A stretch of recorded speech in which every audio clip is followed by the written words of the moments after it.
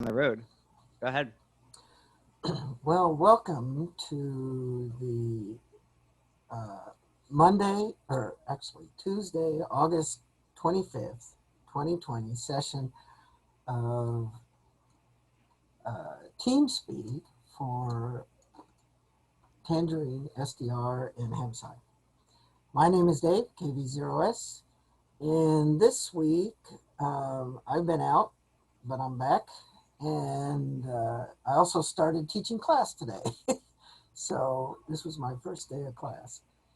And we all were masked up and we had socially distant spacing, and we had all kinds of things, face shields, all that kind of stuff.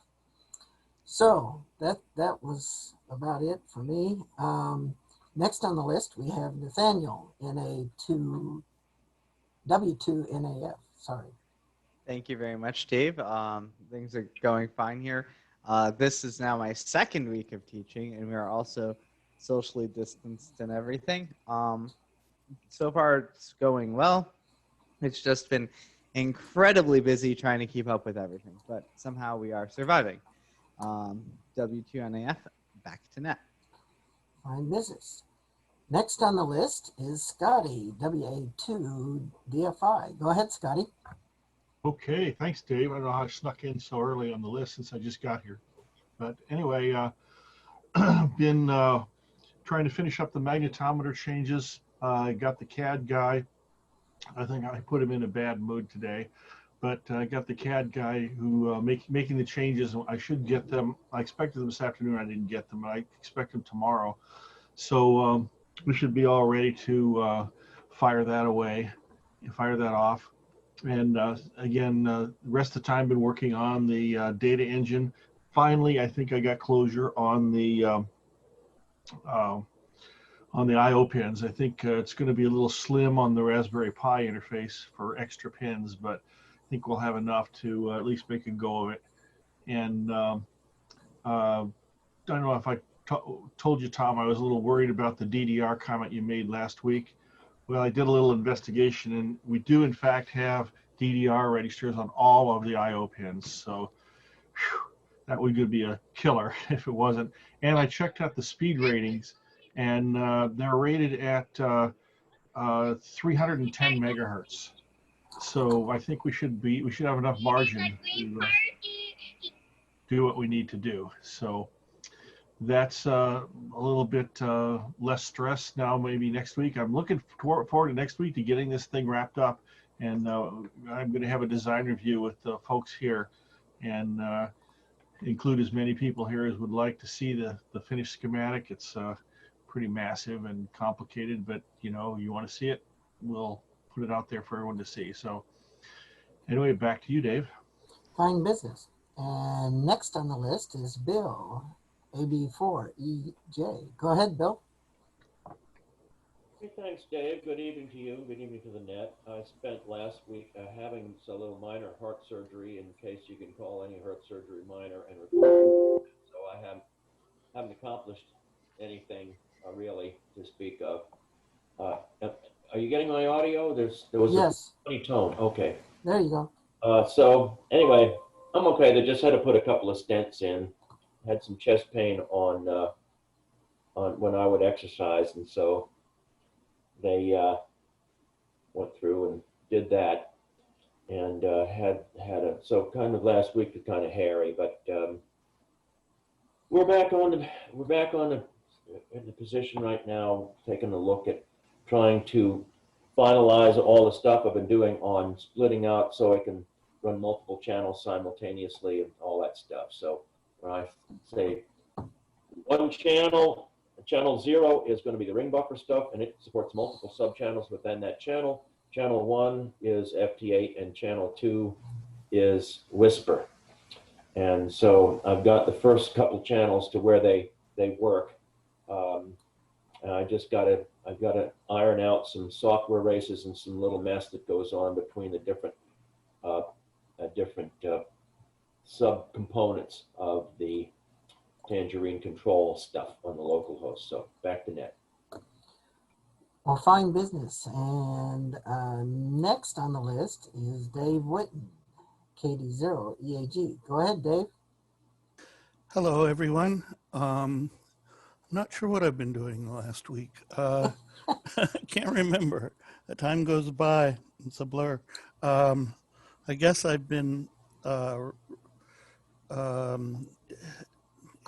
back and forth with Julius, Maddie, a good bit, and he's been continuing to capture data from, I believe, a couple different instances of the magnetometer module, and I've been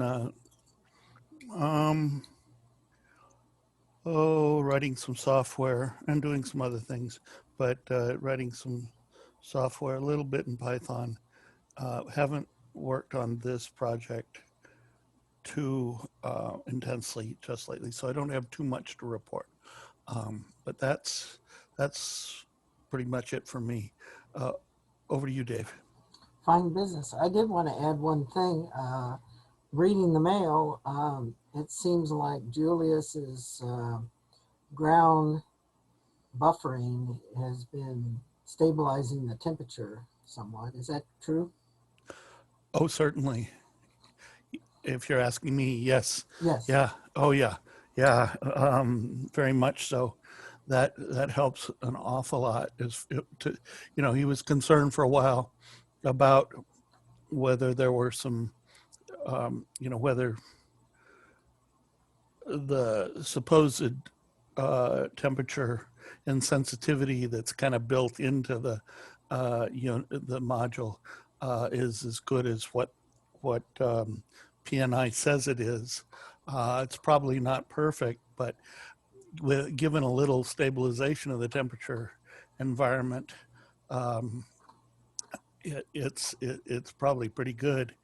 And so that's why we were experimenting with drilling holes in the ground with little augers, and I've actually got a piece of, looks like 5-inch PVC pipe, and one of those things that kids whop each other with in the swimming pool. It's kind of like what it's similar to what the Themis project people were using to bury, but essentially it fits perfectly inside that PVC pipe. And as soon as I get a couple of caps stick on there, it gets you at least 1.5 inches of closed cell protection on all sides.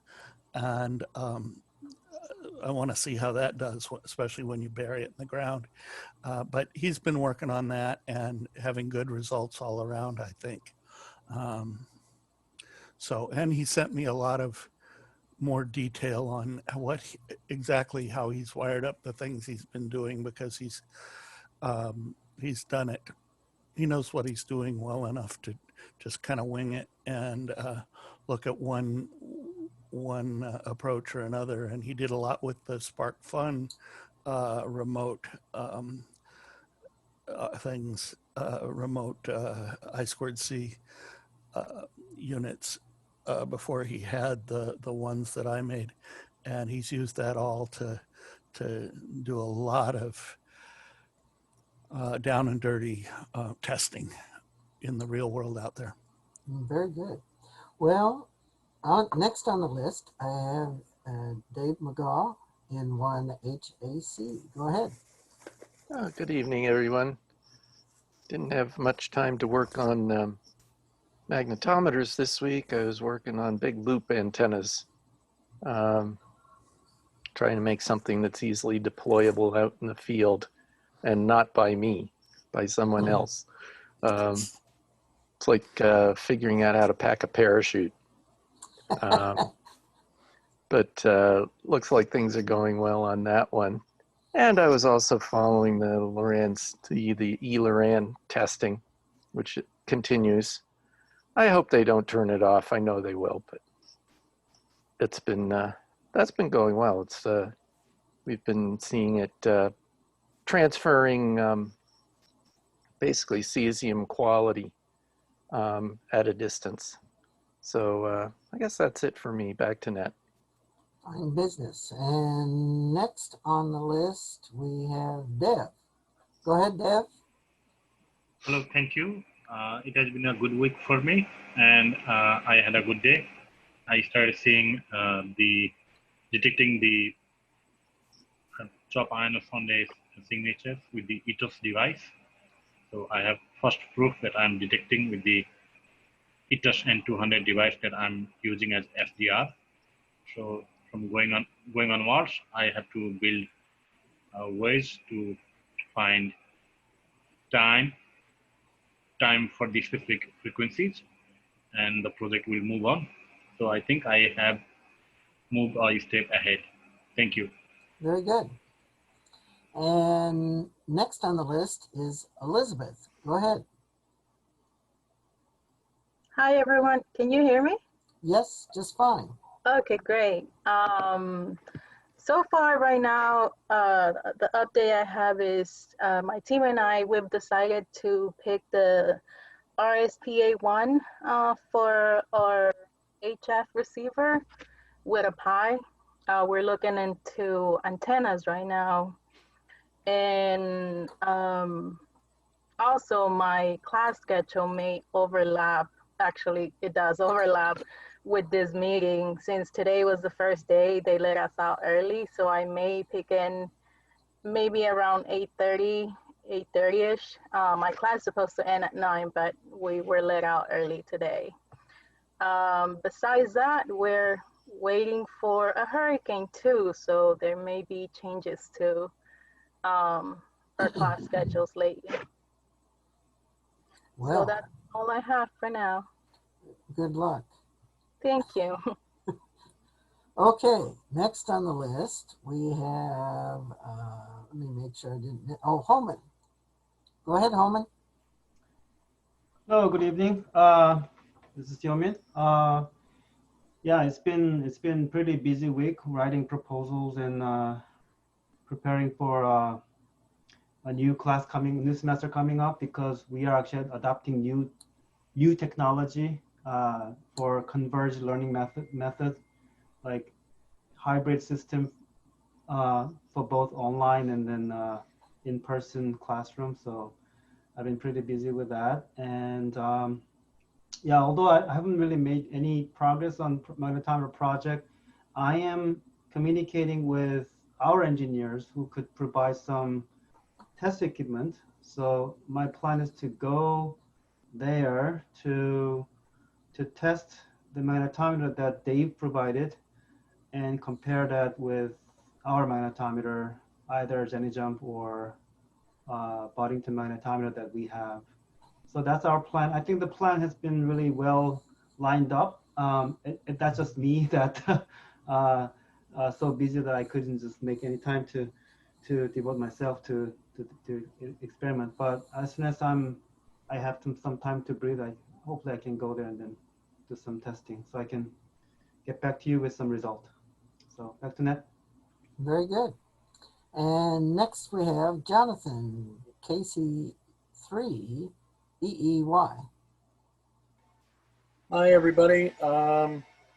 As Nathaniel said, he's been very busy with classes now that the semester started at the University of Scranton, as have I. Most of my free time has been spent on homework so far. So, but a lot of fun things planned for the semester, which should involve some more work on the VLF module. That's all I have right now. Back to the Net.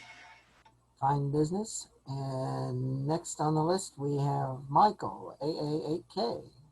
Go ahead, Mike. Greetings to everyone on the conference, and back to you, Dave. Fine business. And we next have Tom McDermott. Go ahead, Tom. Well, thanks, Dave, and welcome to everybody. I got a chance to look over Scotty's magnetometer schematic updates. Those look great. I like what Scotty did so much that I copied him and put the same table on the receiver. and sent XA14 to Scotty this afternoon. Starting to look at impacts of timing, performance numbers on the receiver for various different science measurements. Hopefully I'll have some of those done by time of DCC. And back to the group. Well, fine business. Now, if I am not mistaken, the names keep jumping around, but I think I've covered everybody, so we should be open for general discussion.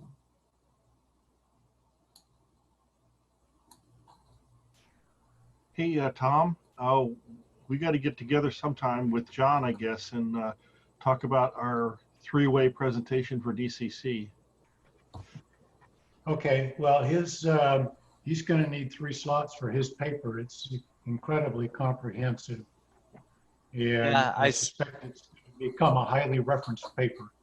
Maybe I we should started. let him talk. Yes, I started looking at that paper, and that's a significant. Yeah, I just got it open on my screen on Sunday, and I did not have time to keep reading it, but it looks very impressive. It's like 40 pages. I know. Well, and so, okay, so this is kind of how my life has been in the past week. So he sent me that paper. Steve Serwin sent me another Tapper paper that he's submitting that's also about 40 to 50 pages or something like that. So I keep getting all these papers from these people who are saying, please look at this. So, I mean, it's really impressive. But at least you won't have insomnia. You'll have plenty to read to put yourself to sleep. Yes. Yeah, we'll help you out with the really short DCC papers on my end. Thanks, Tom. I appreciate it. Yeah, because I don't know, Tom, what you have to say on the receiver. It's pretty much just a summary, I guess. And kind of the same on the DE. It's just a summary, but then the clock module is really the important new thing. Yeah, I don't think I've ever seen a comprehensive set of measurements in so many different dimensions on GPS. I think that's going to be an extraordinarily popular paper. But anyway, I think the plan is he's going to have an entire slot to talk about his paper. Good. And then the 3 of us are going to get together and we're going to have 1 slot to talk about all of the hardware, aggregate hardware. So I don't know, it might be, I was thinking how to do this, and they want them pre-recorded, so we could actually do a 3-way Zoom conference, just a session, and record that. And have 1 30-minute piece, well, maybe be 20-minute with some time for Q&A, as opposed to having each of us do like a 5 or 10-minute thing and then have to be sequenced. Yeah, I think that works pretty well. Christina Collins, Phil Erickson, and I did that a little while ago for the QSO Today Expo, and it worked out. Okay. So what did you just do? A 3-way Zoom, record it, and then trim it and submit that? Mm-hmm. Okay. Yeah. So, how do you do the trimming? Is there an editor or something that you use to? Phil did that part. When I did similar things, I have a MacBook over here, so I've used the Mac's video editing software, so I'm not sure what the best thing to use is. But it's just an MP4 editor, right? Scotty, it's just like editing DCC or Dayton or any of those other meetings we've had. Okay, well, I haven't done that either, so. But it's just an MP4. It's like it's an MP4. I just usually open it in a video editing, and if there's dead time or whatever, you can just cut that out. Okay, because I've done MP3 audio files, but never video stuff. So yeah, I'm sure we can between the 3 of us and maybe some help. I'm sure we can get it edited and submitted. Okay.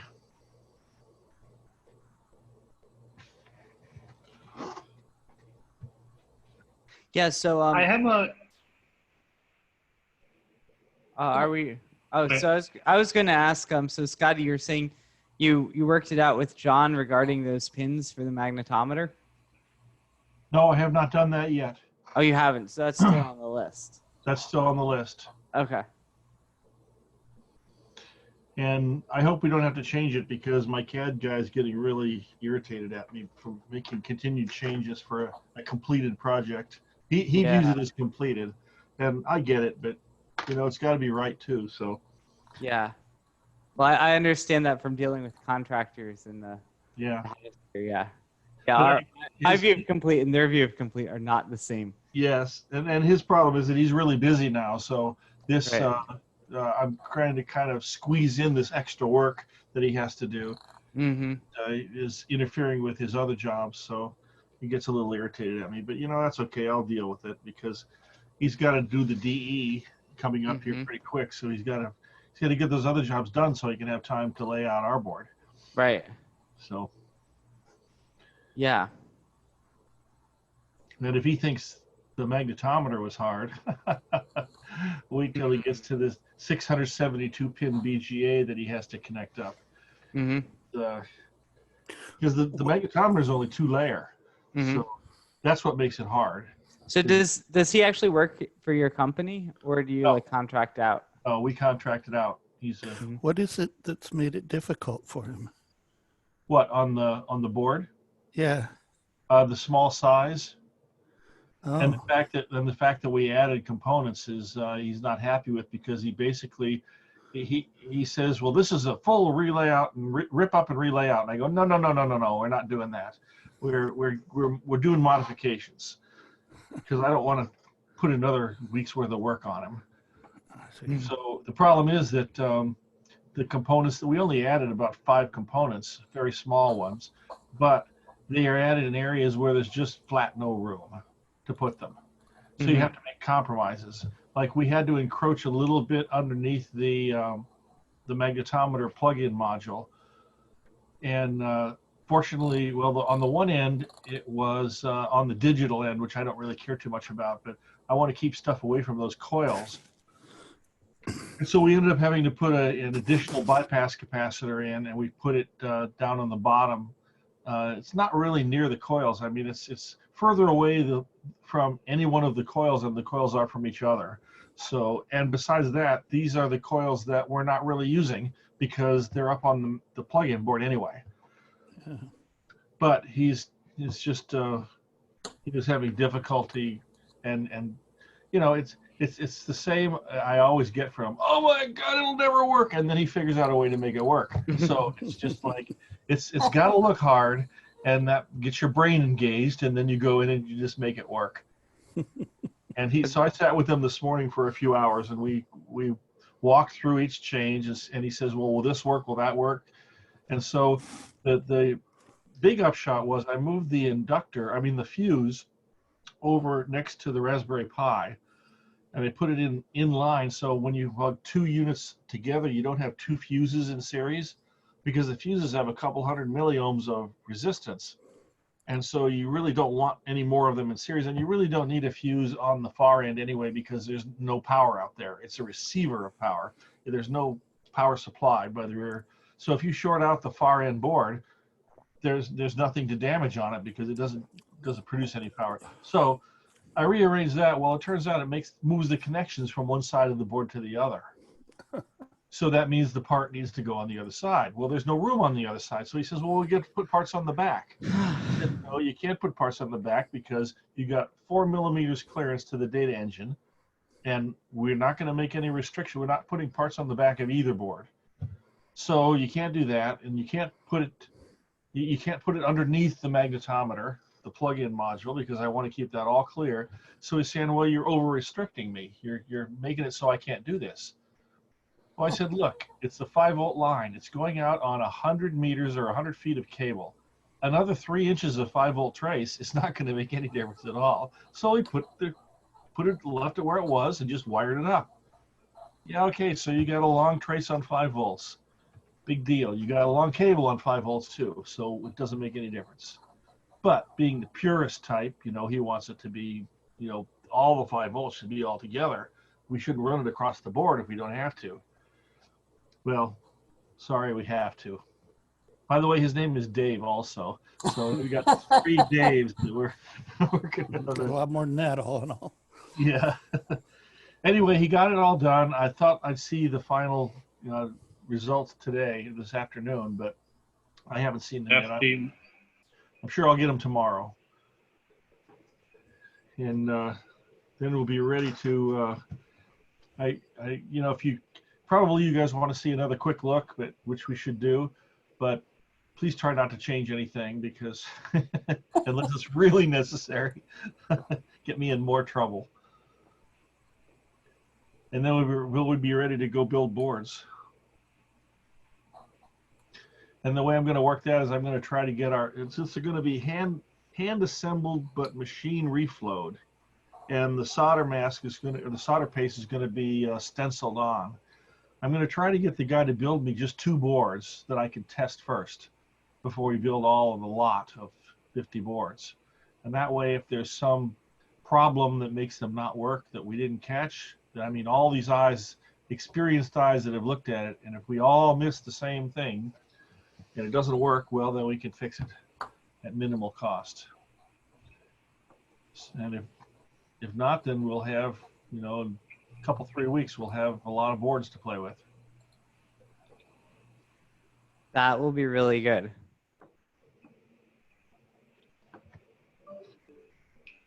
Certainly will be fun. I'll have to go dig out all my Raspberry Pis. And so then that's where we're going to be continuing to talk with Hyomin and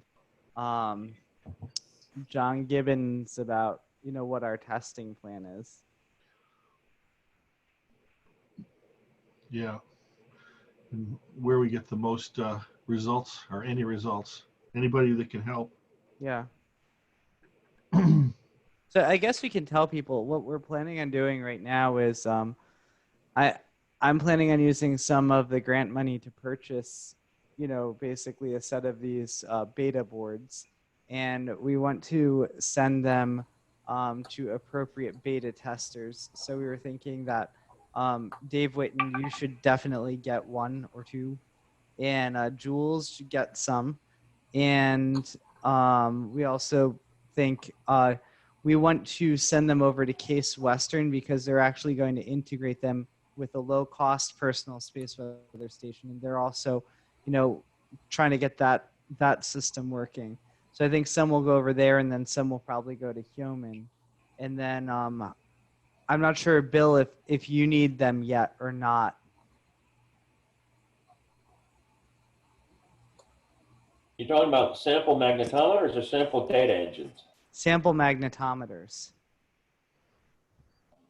Yeah, that's probably not real critical for me right now. I mean, if you got extra ones, I'd be happy to. Well, I think the thing for us to do with them is really to send them over to Case Western, because John is going to be integrating them into the low-cost personal space weather station system, and he is going to incorporate their data collection into that ecosystem there. So then he'll be able to be sending out both low-cost personal space weather radio data and also magnetometer data from the same nodes. So how does that ecosystem merge with what Bill's doing, the software Bill's doing? It's going to be compatible. Bill's, as far as from what we've discussed, Bill's going to set up an API, and then John has to match the API. But Bill's been going to all of the Case Western meetings, so Bill and John do communicate on a regular basis. Yeah, and also the thinking now, and Nathaniel kind of came up with this idea, is that the package that I'm using now to simulate the data engine can act as a go-between between their hardware and the local host. So we could have a common local host for both the Grape and the Tangerine with the DE simulator that I wrote being customized to talk to the Grape hardware. I mean, that's still a concept in progress, but it might be possible to do that. So it sounds like it's more likely that the magnetometer is going to reside on the local host along with the Grape, if it is a Grape, or along with nothing else if it's a Tangerine. Is that a correct statement? Rather than plug into the data engine, it's going to plug into the local host. It probably makes for less complications because it's one less data stream that you gotta support from the data engine. I mean, what we got is complicated enough without if we can do it another way, architect it another way, probably a good idea. So the thing I want to make sure is that the magnetometer will plug onto a Raspberry Pi along with the grape board. So Right. that's why John has to get some of these boards, so he can make sure that they play together. Physically, they play together. I think they will, but you know, the magic is in plugging them together for real and seeing if you thought of everything. Yeah, I agree with that. Because I don't think the grape board is designed to have headers on the top, so it can be in a stack. I think it's got just the connector below, and it plugs onto the Pi, and then there's nothing on the top. Whereas the magnetometer is designed, that the local board is designed to plug onto the Pi and then have headers sticking up that you can plug the grape board onto, that just feed through. It's a connector with long tails, and assuming that we don't have any clearance problems, then it should work. Now, I presume this is designed to work with the existing remote board, the remote mag? The Because you're not going to want to put a magnetometer on this, on the mag hat, and then put another board on top of that. no, you're not going to put a magnetometer on the local version, because it'll be out in the yard somewhere. Yep. So, But the intention is to have pairs of these where one board has the magnetometer, the other does not. And the one that does not have the magnetometer goes on the local, on the SBC. So this board is going to be the remote board as well? yes, same board. Oh, okay. You A little change more one jumper. complicated. Well, change one jumper. It's really, I mean, it's not really more. I guess it's a little more complicated, but it's so similar that it's just jumped out that, well, you can make one board to do both. And it kind of fell out when the magnetometer comes on a module, so it like makes perfect sense to, you can move it. Right. Yep. Okay. Yeah. But it will also work with the existing one, presumably. We haven't Presumably. changed it. Yeah. It depends on, I think, which version of Dave's board you have. I don't know what, because I'm concerned with the addressing. Maybe it should be, it'll be different, but it will work, is the theory. Right. Well, the addressing on Dave's card is configurable with some cuts and solder. Well, so you can configure it the same way as the hat then, if you wanted to. Yeah.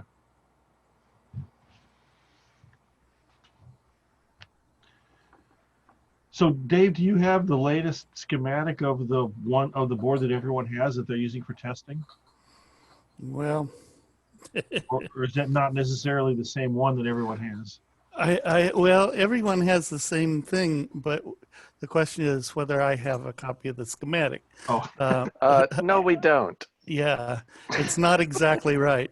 And because I either went ahead and started editing it by mistake, or I don't know. I have a feeling that the one that's most correct is probably what I sent to Scotty.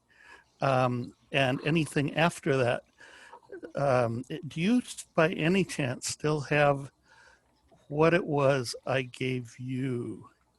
Oh, Dave, I'm a pack rat. I have everything. Now, whether I can find it or not. Yeah. Well, but it was me the one too. Early on, right? The very beginning. Not real early on. It's the thing I gave you when I said after it was working, and just before you started working on your version of this board. I sent you where where I was at that point. I think I either late June or something like that. I've got one March 31st. That's later. That might be too late. The schematic I think most of us have been working from is the 0011. Well, that's just because I changed the number on that I was doing something wrong that caused, if the schematic may be 11, but the board may be 10, and Well, no, I have a board that's 10 that does not match the 11 schematic. yeah, well, I made one or two. I was still fighting with that PMOD thing, Okay. and there are only one or two small differences, but what Yeah, they well, are. Well, there are dressing differences that on the 11 version have to be patched around. Well, Yeah, The 10, it's okay. I was able to, it's not hard to reverse engineer it and all, but it would be nice to have the schematic for the, well, I don't know what the date is on this. It's what I have 0203. is 0.0.0.07, January 25th. Oh, that's much earlier than. That's the very first one I got from you, Dave, I think. yeah, no, it's the Called very Rev last 7 one. schematic. It would The be title is Rev 7 schematic 0125. Yeah, the boards that Dave sent me, they're version 0010, done 2020-02-03. And then the schematic that I've got is the 0011 2020-02-13. Well, what I'm talking to about, Scotty, I'm not talking about the schematic alone, but the whole bundle of, I sent you the whole project, the KiCad project, I believe. Well, I got a big bundle of documents, including the RM3100 documents from P&I on March 31st. And I'm looking through here to see what files I have, and I don't. I've got the demo software. I've got the user manual from. That's all their stuff. It's all their I may have stuck their stuff in with it though. Okay, but most of this stuff, and then I've got an extender log, a zip file. That's the extender 2020-0301 log. But all it is it's just a text file of log data that you had, measurements you had made.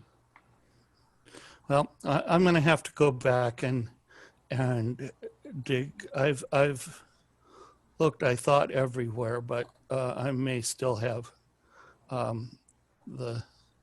Oh, wait a minute. Hold on. I have one called the Simple Support Board. That's the next one, though, right? That's the little board. Yeah. That's the earlier one. Okay. Well, it's not earlier. I was doing them at the same time. Oh. Well, that one says 2019-12-19. So at least the schematic's earlier. Yeah, and that one does match the board. I know that. That's the board I have working. I was choosing an option that I thought moved all the dates and all the stuff that identified the version of the board across all the schematic, the everything, and it didn't. It meant something different, and I realize now I have to go into each one manually and change things. Yeah, I know that the file name that you have on these are different. Between the little board and the remotable board. Yeah, the little board's a separate project altogether. Right. Yeah, but the dates and revs are. I have one that's very close to the correct date. I just didn't realize I had sent you that it got contaminated with some last minute changes. I did find a later one here, Dave, that's 009. 09. It's dated January 30th, I think. No, it's got to be in March. March, okay. And I'm kind of surprised it's.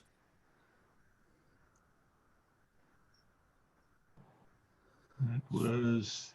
It may just be random whether someone downloaded it or not before it got changed. I don't know. I could have it on a Google Drive or something somewhere.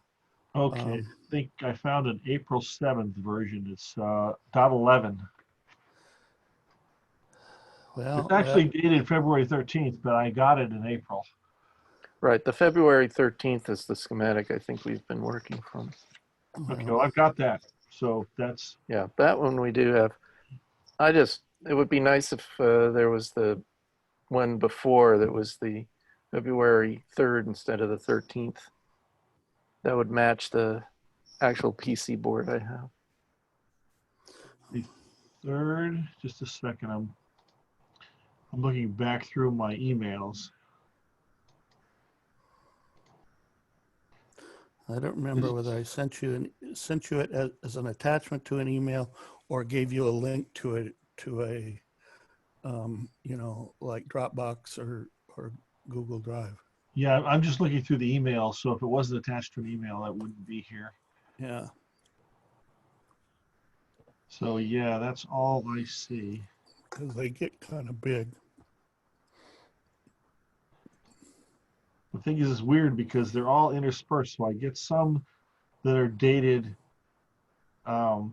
December, but I get them in April. So I don't know what the deal is with that. Okay, this is, so the board you're using actually has a 0010 on it? The board, yeah, it does. Yes. My board does, yeah. Those are the ones that everybody has. You have the same as everybody. Oh, they all say 0010 on them? Yeah, Yeoman's I does. thought that the pictures you sent had 11s on them. There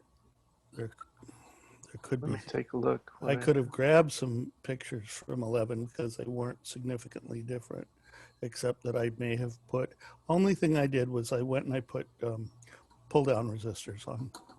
Okay, so I've got the schematic of .10 also, dated February 3rd. There you go. That would be, yeah, that's interesting. Okay, well, let me do this, Dave. I'll go through my emails and I'll pull all these out and put them in separate directories and I'll zip the whole thing up and send it back to you. Will that be useful to you? Sure, yeah. Okay. I have a question to ask. Like, may I have few minutes now or later? So I wanted to, let me try to share my screen, okay?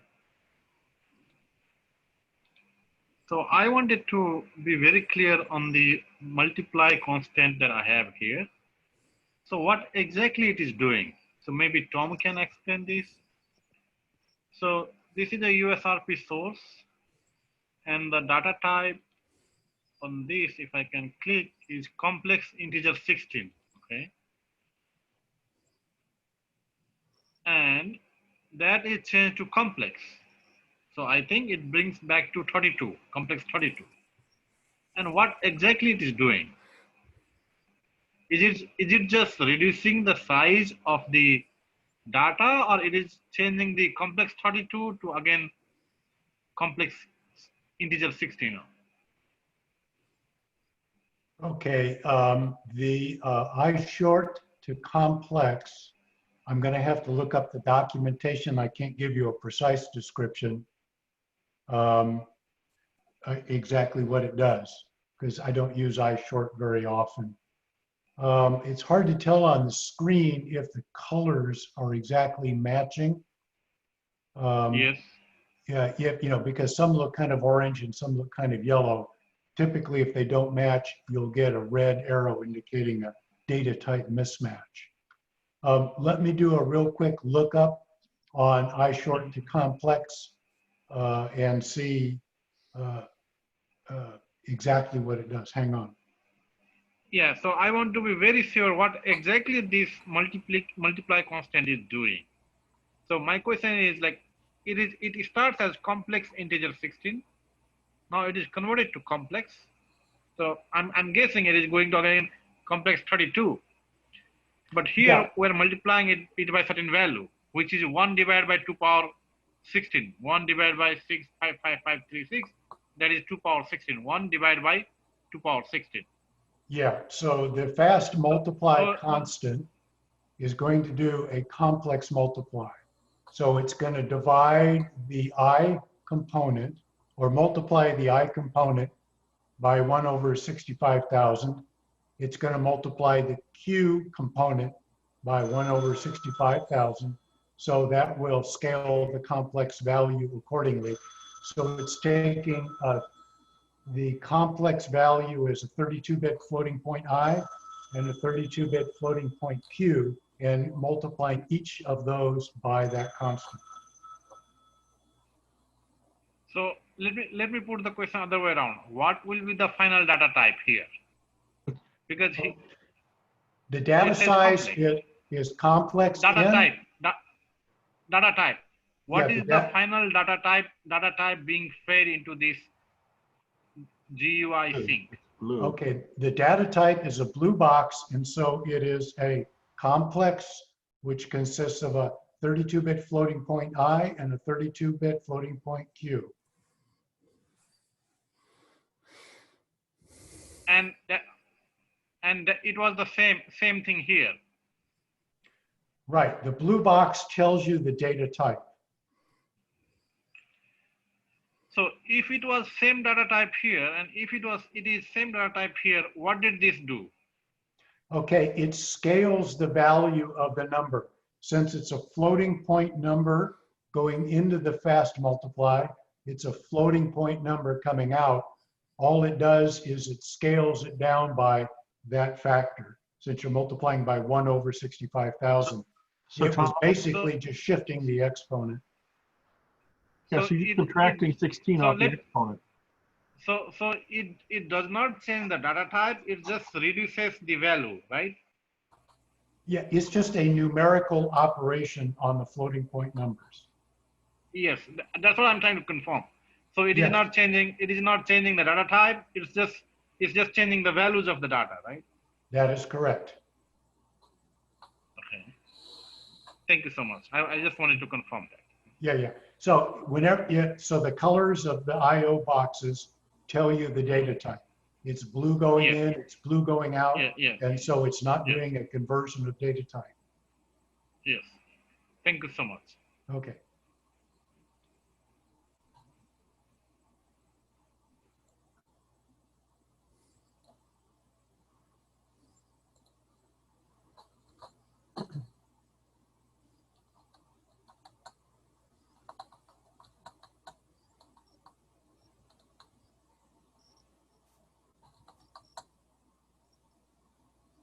So I think all of that's sounding pretty good.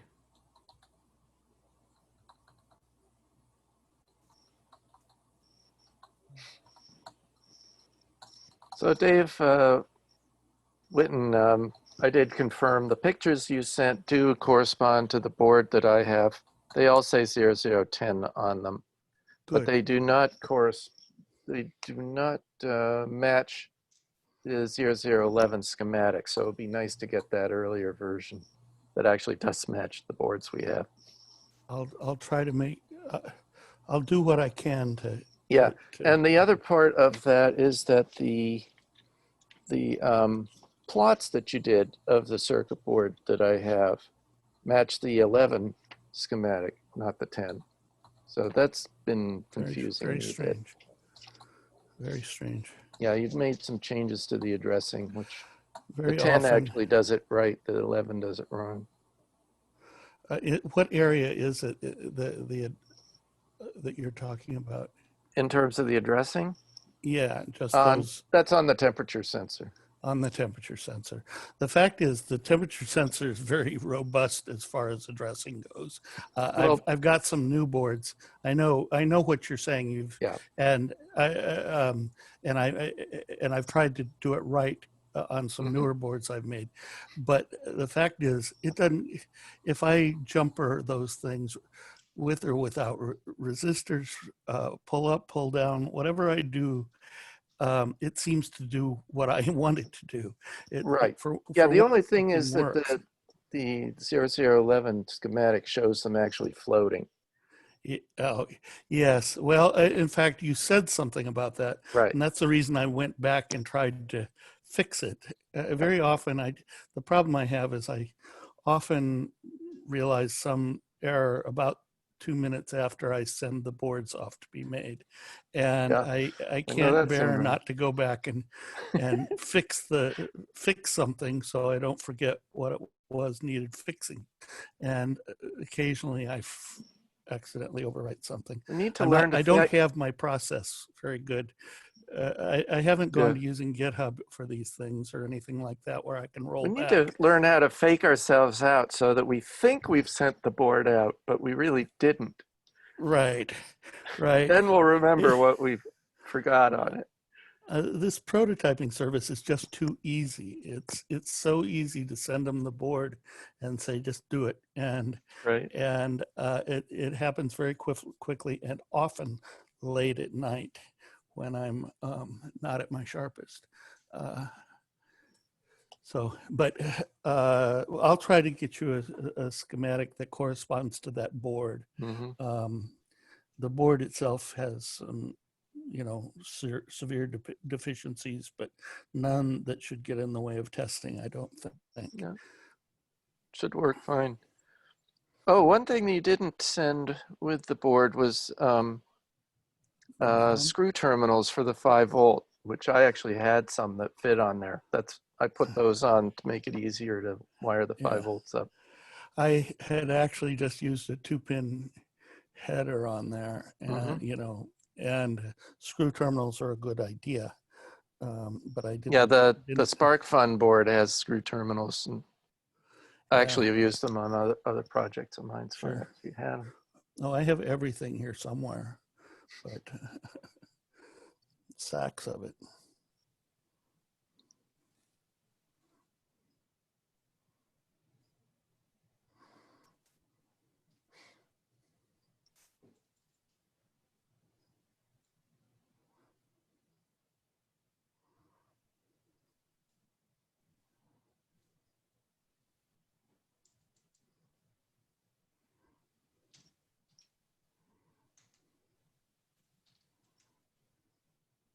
So what do you have behind you, Nathaniel? Oh, this is a White Alice communications system.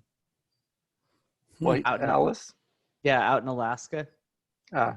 It was, I think, use it for like public telephone backhaul systems in Alaska during the Cold War era. Oh, okay. Yeah.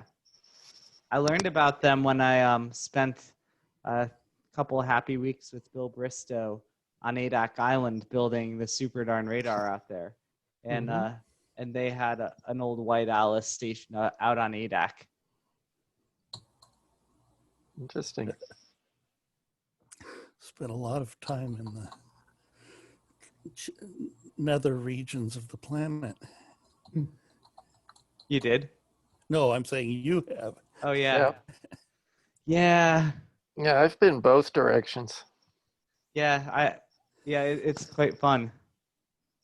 I was actually telling, I spent quite a bit of time talking to my astrophysics students about that today, telling them why they should go to grad school, all of the fantastic travel opportunities. Right. Yeah, it's Nathaniel, like in the Army. Did you go down to the Yagos? I only made it as far as McMurdo. I was supposed to get to an Ago, but the weather and things just logistically didn't work out. So I got close. I know. Yeah. No, 2012 I was down there with the crew. Got out to Ago 5. No, Ago 3 and Ago 2, I guess. Yeah, I was supposed to get to Ago 5. Go to South Pole and keep going 500 miles. Yeah. It's impressive. Yeah, in fact, I included some photos in my lecture today. Which I can, if we are up for it, I can show a couple of them. Why not? Great. I tried to pick some that were a little bit more, I guess, off the beaten path in terms of photos here. Yeah, so this is when I first got up to Svalbard. That's the dormitory I was in. So this is a student dormitory. Yeah, Yeah, up in the Arctic. It used to be an old coal miner's barrack. Mm-hmm. And then for fun, we would play with sleds. So that's me on a sled in Svalbard. And then I got there in January, and then we were in the middle of the polar night, and then the sun gradually started coming back. And the day we first saw the sun, we had to go climb up a mountain. So it was, I think we like skied up about a 3,000-foot mountain. And when we got to the top, this is what I saw. That was the first time I saw the sun, and there were these Svalbard reindeer just out there on the top of the mountain. Nice. Yeah, that was really impressive. Yeah, you've been further north than I. I've only been up to Tromsø and Andenes. Yeah. Enjoy. Yeah. So Hyomin here, he's been probably more places than either of us. There's the Northern Lights. And then this, so one of my friends, he found a snowmobile that was buried to the handlebars in snow and ice. And so he figured out who owned it, and they sold it to him for 100 kroner. And then he spent the entire like spring break trying to dig it out of the snow. And then he started, riding it around. And just as the snowmobile season was ending, we were out on a trip, not far from town, fortunately, and it actually caught fire. So we were able to get him off, and so that's the snowmobile on fire.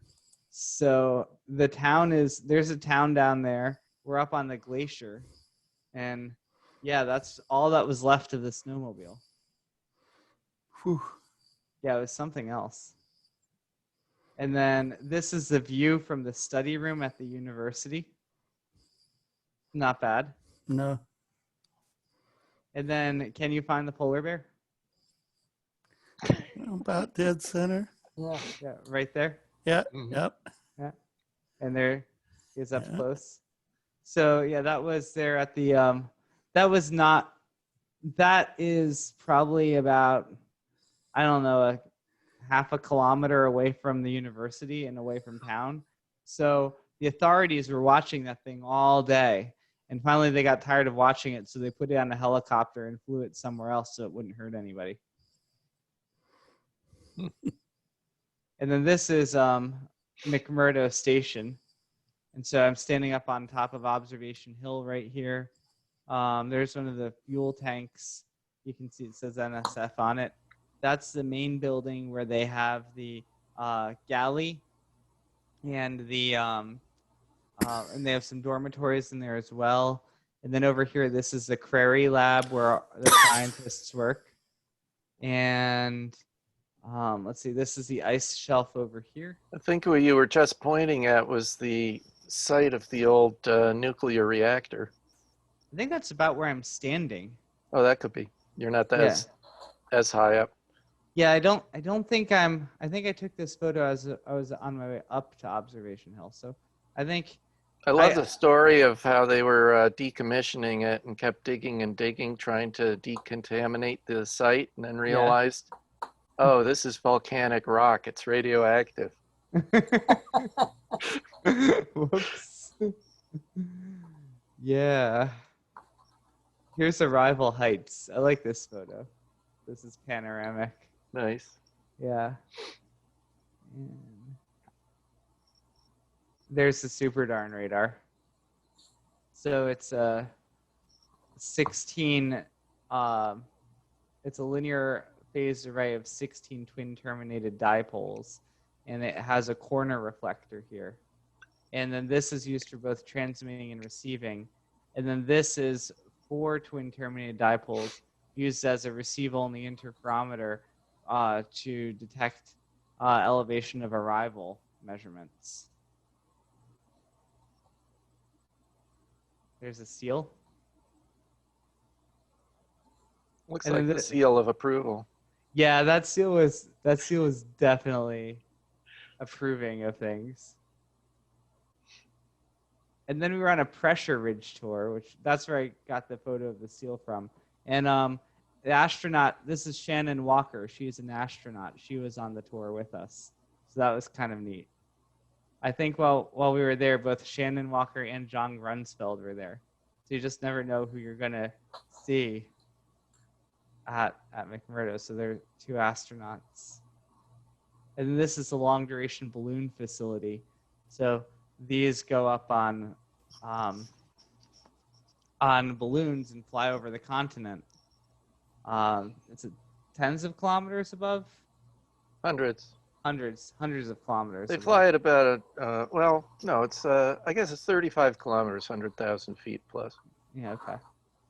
So yeah, but you can see, here are the people. So this is a payload that's going to be carried by the balloon, and there's a person. So you can see the size for scale and how big this building is. And Our balloons were a little smaller than that, our payloads. Yeah. That's where I was working the first time I was down there. Really?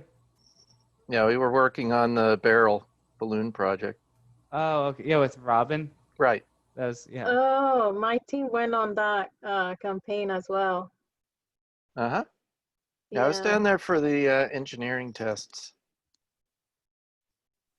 Awesome. Nathaniel, may I take few more minutes? I have another question, okay, of similar nature.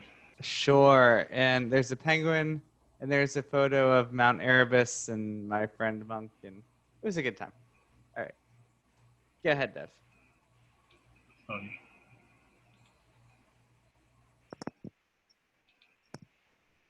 So this is for Tom, like Tom or anybody, maybe Tom. Tom, I'm trying to execute this, run this flow graph. And when I do run, like I've already run it and I get a waterfall display, and that is very slow, okay? That is very slow. So I try to put a throttle here, and I'm not sure if it is working, okay? And when I run, I get this error. It says, warning, this flow graph contains a throttle block and another rate limiting block is a hardware source of sync. This is usually undesired. Consider removing the throttle block. Yes, So you do how not. can- Yeah, you do not need a throttle because your digital RF source. No, I'm sorry. Excuse me. Your RF source, is that a file or is that a radio? It's a data file. Okay, then So that's why. then you need a throttle. So is it in a wrong place for me to get this warning? Okay. Why am I getting the warning, and why, like this display, like this is from like remote. I'm accessing my computer in lab remotely, so it is displaying in broken way. But in the lab, when I'm there, it is very slow, and it gets, after a while, it gets jammed. Okay, so it's not a good display. Okay. So yeah. So the so what can I do about it? Like, where can this throttle be to avoid this warning, and how I can have the display more not very slow and finally getting jammed? Okay, right now, the flow graph thinks you have some hardware module.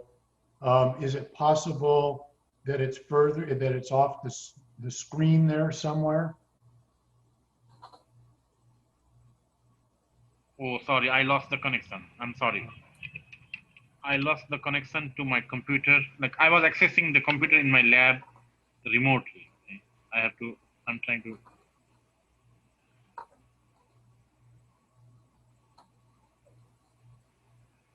Yes.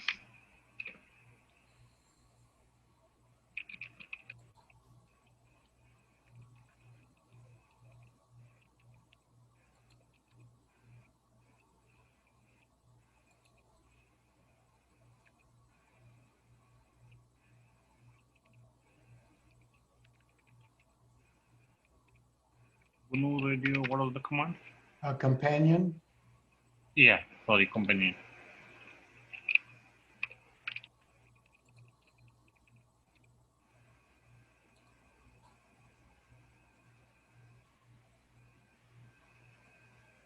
Oh, okay. So this is what we're looking.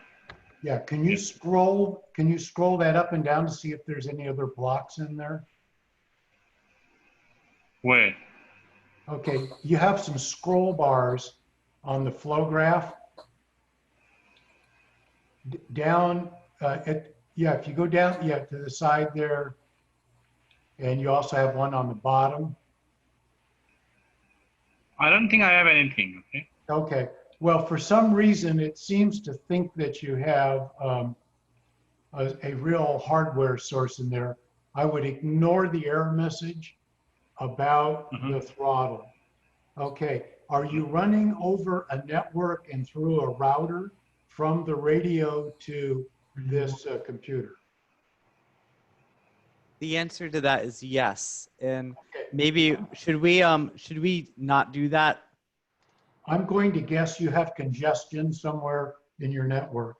You're trying to run 10 megasamples of I short, and so you're running 40 megabytes per second, and you may be running into congestion in your network.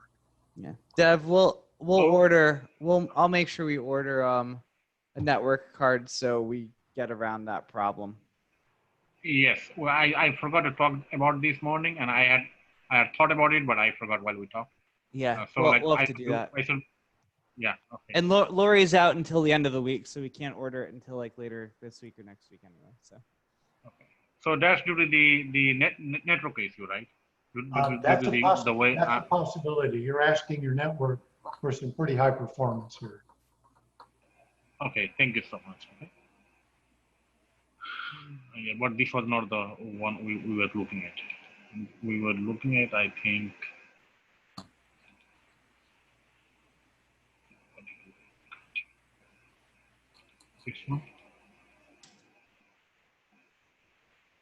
I forgot. No.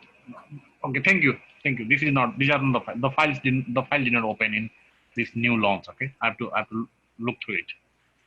So maybe we have discussed it. So maybe we don't need it. Thank you so much. Depending on the data type and the sample rate, you may be easily, and if you have a router, you are stressing things out. Probably. So instead of getting the connection from the switch, we will directly plug the N200 to the computer. That's what we're saying, Nathaniel, right? Yeah, if you can do that. An Ethernet switch alone is normally okay. They're very fast if you have a GigE port and you're not running other traffic through those two ports. But typically routers will slow things down. Okay, thank you so much. Yeah, and I think, so much. Yeah, I think a network card, it's only going to cost us like $20 or $40 or something like that. So it's totally reasonable. So please, Nathaniel, my request. Yeah. Thank you.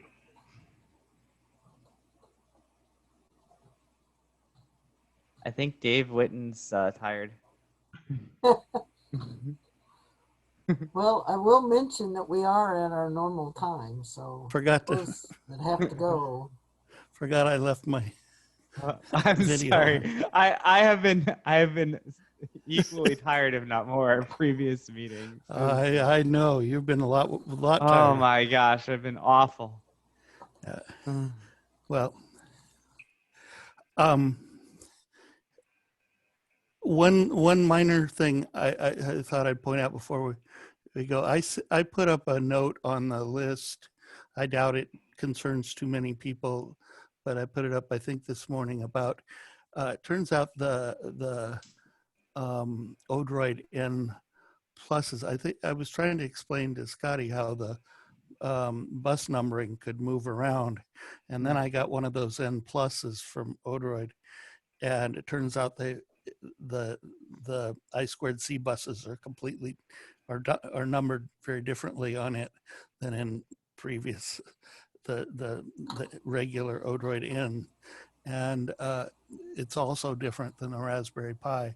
It's a minor thing, but it's something to be aware of, that those are, it's all smoke and mirrors, and they can be, you have to know what your board is doing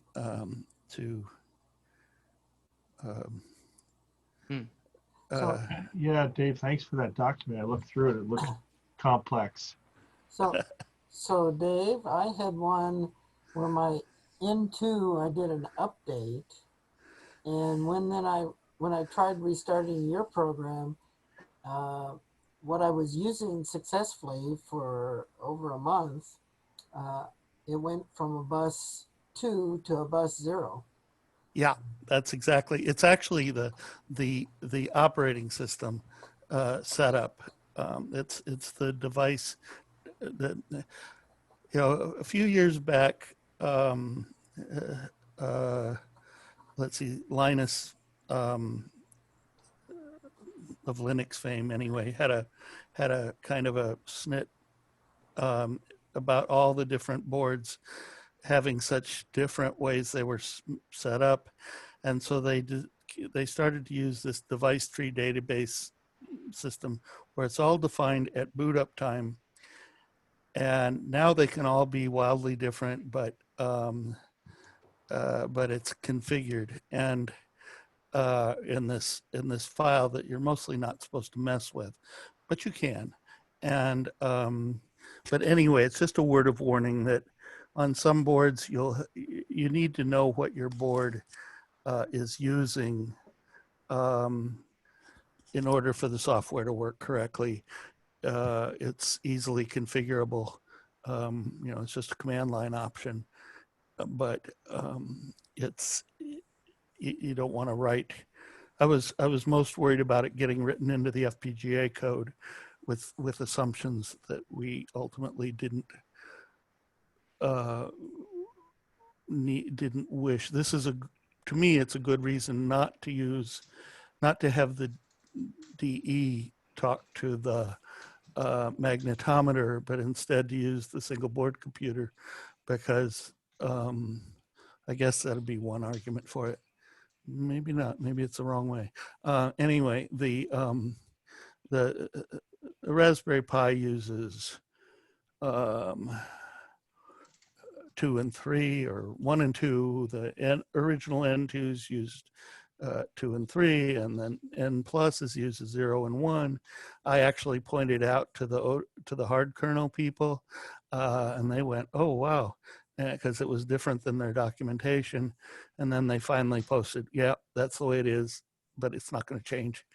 And so they're going to leave it that way. And I just wanted people to be aware that it's a simple thing, but it will keep things from working if you don't know what it's doing.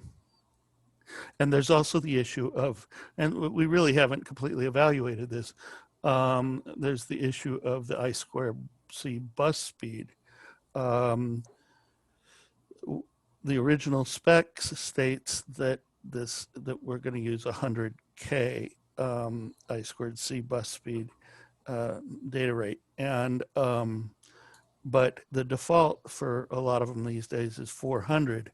It can be set back down to 100, and it's probably better for our purposes because we have no need to go faster that I'm aware of. And at least for the magnetometer, it's pretty simple, but they seem to be defaulting the lowest numbered bus to 400K in a lot of cases, especially the Odroids. Just wanted people to be aware of those things. I have a question. I was wondering, for remote installations, like when the magnetometer is installed underground, it's connected back to the single board computer via I2C. By I2C, by differential I2C running over Cat5 or Cat6 cable. Oh, all right, yeah, because I remembered reading the spec a while ago, and it seemed to me like it was designed for, like, components on a board and not really Yes. for longer lines. The original I2C is definitely designed for at most several boards within a box or something, separated by up to half a meter. But by using differential signaling and tweaking the voltages and this and that, it works. It's proved to work very well at 100 feet and probably beyond in some cases. And you're Nathaniel, Yes. if I can, I would like to request few more minutes, like if I can, on the question that I was trying to ask earlier. It's fine to me if everyone else is, you know, I think they're still talking about I squared C. So once they're done with that, I'm sure they'd be happy to. I want to make sure that Hyomin has all the information he needs from me. Yeah. Okay, please go ahead, and then I'll take the. Then I'll. Hyomin, have you got all the information you need from me for Gil and your people to do? Oh yeah, I forgot to reply to you, but I have to see whether I'm going to keep it there or bring it back to the lab and do stuff. Sure. So I'll let you know. Okay. Yeah, but yeah. I think I do have all the information from you. Okay. Well, if you don't, let me know. That's Yep. that's the important thing. Okay, Dev. Thank you so much. Sorry about taking all the time. So this is to Tom. So Tom, so we're talking about this data source. So the source is not any radio source. It's a file, Okay. and the file is saved here. Yeah. While saving, I turn vector length to be 1. Yes.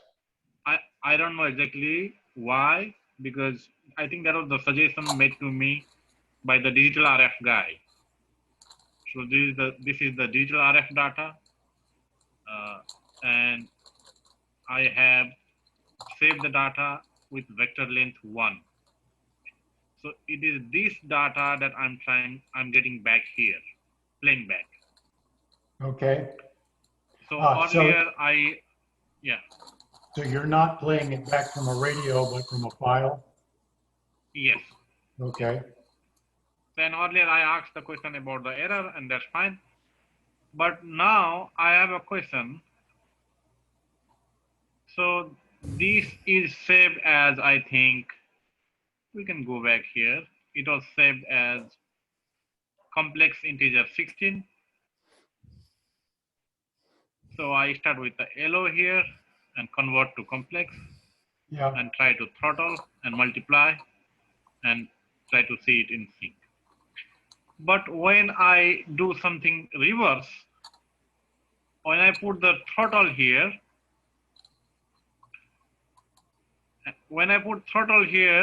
like change the order of the throttle and this converter, it does not work, and it gives me an error, and I don't understand why it does not work. And that's the question.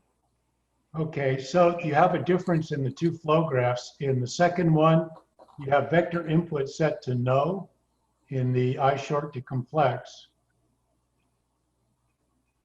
Thank you. If I say vector input yes, I get error, okay? Right, but in the other flow graph, you have it set to yes. So yes, and here I don't get error. There is no red arrow here.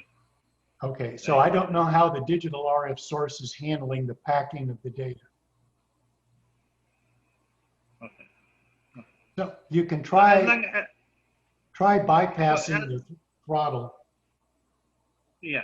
So as long as I'm seeing the display, maybe I'm fine, right? I don't need to worry much, right? Yeah, perhaps. I don't know how the converter handles vectors. So I was just curious, like if I put the vector yes here, I get the error here, and if I put vector no here,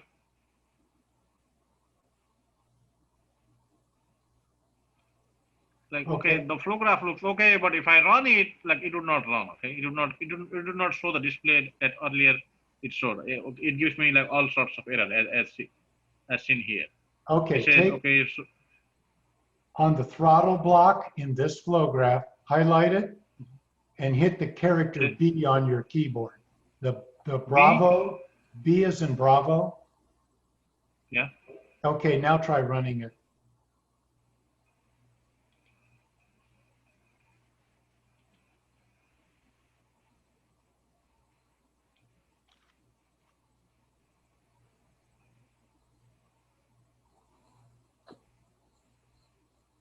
Okay, there is a mismatch between how you apparently recorded the data to the digital RF source and how it's coming out. I remember seeing this error before, and there was an update to the code on digital RF that fixed this particular error. So maybe in this flow graph, I don't get the error, so it means I have avoided it, so I'm fine here. Maybe I'm fine. Yeah, I don't know. There was an error in the digital RF, and my recollection is it gave this signature. And so you may need to talk to Phil Erickson or one of the folks at MIT. It may be a versioning or other code revision problem. Okay. So what did the B do to the throttle? Like It bypasses the throttle, so it's not doing anything. Okay, thank you. Thank you. Okay, thank you so much. Okay. Thank you so much. Okay, I'm going to need to run here. We're getting close to 7:30. Thank you so much. All right. Good luck. Take care. Thank you so much. I also need to go, so I'll say 73. I also need to go. Guess I'll drop off. Hey, Dave, you had a 73 second? Dave Witten? Yeah.